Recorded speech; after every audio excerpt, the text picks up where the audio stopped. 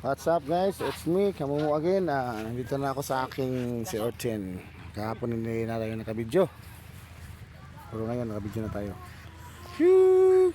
Ito na ang ating C-Orchin. Spider shell and seaweed. Yan.